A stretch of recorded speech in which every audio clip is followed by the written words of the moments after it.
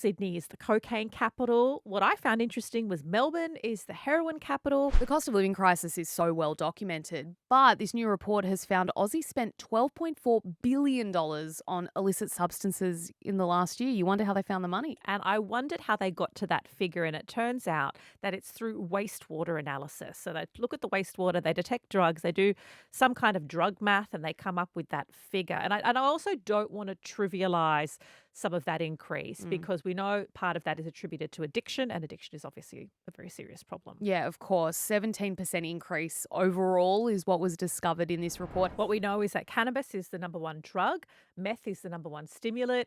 In news that will probably not surprise many people.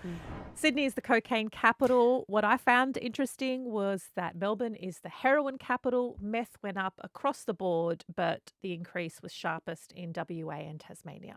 And it is worth noting as well, alcohol and nicotine remain number one in terms of national use. That's what everyone is still using in the most amounts.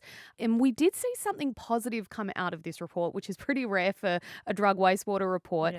We saw fentanyl use and oxycodone use go down, which is so important given the issues we've seen in America and Canada.